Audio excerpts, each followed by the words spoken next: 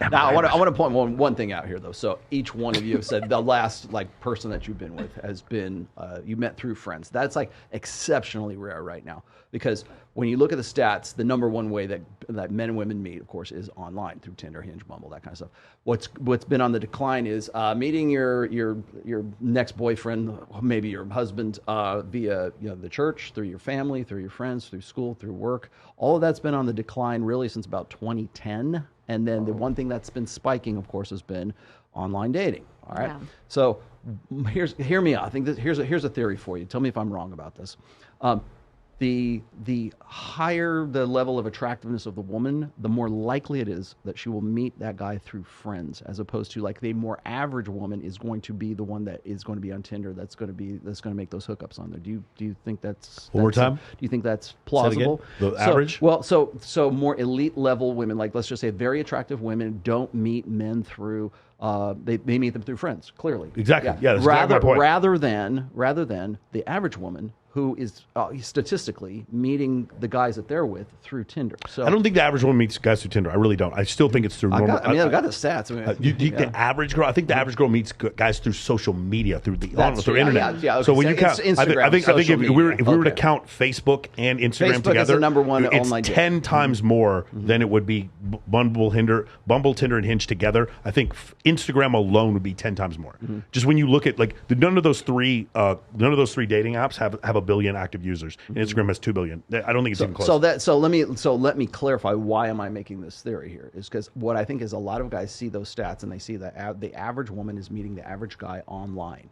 And so what I have found out is through very attractive women say, well, he had the balls to come up and actually approach me. He had the balls to actually say, hey, well, let's go be friends, go see a show or something together. He actually, and that right now I think is what's called playing to the meta, right? Everybody else is doing Tinder and Hinge and Bumble, and it'd be so nice if a guy would just have the sack up and ask me out on a date kind of thing. That becomes novel. Yeah, most of the guys that I dated, I told them to fuck off so many times, but they were consistent. They were persistent. So I liked that. I was like, okay, I've told you to fuck off. You're still around. I'll give you a shot. Yeah, it's I always say it's when it comes to men, it's if you want me, come and get me. Right. Make it known. Yeah. That's some alpha shit. If you want me, come and I was going to say that's the number one thing. Wait, you saying that or he's saying that? No, I'm saying if he wants me. For sure. You got to put in some effort. For sure. Put some effort. Yeah, but there is still a minimum level of height, physical attractiveness, level of charisma 100%. that he has to meet. This is one of the things, because girls leave these fucking weird signals that really throw dudes off when they're like, yeah, I just care that he treats me well, and it's okay if he has a dad bod. And then I look at who you date, and I'm like, no, that linebacker you're dating doesn't have a dad bod. You're saying, down under. You're saying shit that isn't true, and it's really frustrating for dudes. It's really frustrating. Do you understand how frustrating it is for men? I remember when I had Elizabeth Chevalier on here on my podcast, and she's telling me all these qualities of men that she wants to date, and then she talks about her ex, and he's like, yeah, he's a narcissist. I'm like, wait, you just told me the fucking qualities of the man you want to date, and the guy that you're dating is none of those things. And I was like, just stop for a second. Be a man listening to you right now. Do you understand how confusing this is and how fucking frustrating this is? Listening to you guys tell us what you want in a man and then going after fucking Chad from Thunder from Down Under. Do you understand the problem? Okay. Who fucking cheats you? I'm sorry, not actually Chad. Shout out to Chad. There's a dude, hold on. Sorry. There's a guy, no, hold on, stop. There's a guy named Chad who works with Thunder from Down Under. I love you, man. I'm sorry, bro. He's a great guy. Really He's a great guy. Chad. I'm sorry. So hold on. Sorry. In the manosphere, they say Chad Thundercock. Chad is it's just a name for a Karen. You know what a Karen is? Yeah. A Chad is just a good looking guy. Gotcha. Shout out to Chad. I like Chad. There is a guy named Chad who works for Thunder from Down Under. Yes. Giga Chad. Yes. It's Masha's ex. Yes, for sure. Okay, man. Sorry, my bad, Chad. As soon as I said it, came out of my mouth. Chad from Well, I tell you, so what you're saying about Chippendales. how confusing this shit is what happens then is when you hear very exceptionally attractive women say oh yeah, I'm into the dad bod, and you know damn well that they're really not into it. I think it was on our very first show, we were sitting here and I was making this comparison. I was saying, what calendar sells the most? Is it the Thunder from Down Under calendar or Chippendales calendar, or is it the dad bod calendar? Which one outsells the other one when it really comes down to it? And honest truth is it's going to be the hot guy and the hot fireman calendar is going to be what's going to outsell. So there is an arousal factor that I think that we kind of just have to clear the air and just like call bullshit, cut the shit kind of thing. But so when we're talking about like the dad bod thing, or we're talking about like, oh yeah, I'm really into a guy who's into puppy dogs and rainbows and has to be funny and everything. There's that aspect where guys realize that, okay, maybe there's something to that, but for the most part, what they're seeing online is they're seeing like beautiful women getting with beautiful guys, right? So when I see a guy like Chris Williamson, for example, trying to explain away why women are really actually into the dad bod because he's a better bet for their children's future, and he's less likely to go cheat because he's not as attractive to other women, and so therefore they feel safer and comfortable with this guy because they know that not very many other women want to get with that guy, and so it's like dads versus cads, right? It's like, and so what gets me is like a guy who looks like Chris Williamson, who, by the way, if you ever see his site, it's like his main splash page is him with like a V-taper, and he's like a six-pack abs, looks like he's a bodybuilder kind of guy. He was on like a Paradise Island or Total Drama Island or whatever the fuck it was back in the day, and now he's got a podcast, and he has people on like Rob Henderson, like Dr. David Buss has been on his show. And I'm like, why are you promoting this shit? Because the guys already don't believe this stuff, but now you're buying into this and then making content developed because you have bought into this bullshit.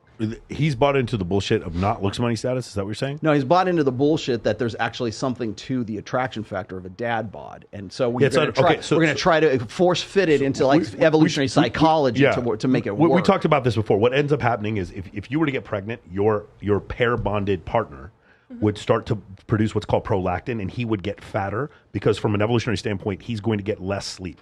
Evolution has selected he knows he's going to get less sleep, so he has to contract more fat. Does that make sense? Caloric deficit. He eats with you too. Yeah, correct. And he eats with you. So that's what happens. What happens for women from an evolutionary standpoint, their ancestors would see that extra weight and be like, this is a man who's going to stay with me while we take care of the child for the first 3 years. And so what you feel is comfort towards him, not fucking attraction. You don't look at this fat, pasty dude and you're like, my vagina is wet because he's fucking fat and pasty. That is a lie. You feel comfort because you know this motherfucker is going to stay. That's what I'm saying. That was my whole problem, because what happens is you have these super hot girls saying, you know what, I really love the dad bod. And I'm a performance coach, and I'm starting there trying to teach men to go to the gym. It's like, no, but that girl that FHM model you had on said she likes dad bods. And I'm like, dude, you're just fucking it up for all of us when you do this. But women will say that shit. And again, you can't ask the deer how to catch the deer, right? Someone's going to do something. I know where you're going to go. Go ahead. I actually, dad bods, I mean, it's not that that's attractive to me. What's really attractive to me is humor. And the fact that they are comfortable with themselves, even though they know they ain't, they're not a Thunder Down Under guy. That's sexy to me. Like that's hot, that you can live within yourself, even if you're not super fit, and make me laugh. So how old are you? I'm 28. 28, 33. 33. 30. 30. 28. Do you find that the guys that you're attracted to now, maybe your new boyfriend, are different than the guys you when you were in your early 20s? When you were in 23, let's just say. To be honest, I feel like I had it right back in the day. Really? Wow, yes. What was different? Because I feel as though you're more primal when you're younger. So more alpha characteristics is what you're attracted to. And then through experience and time, you get hurt, and then you want more of the comfort.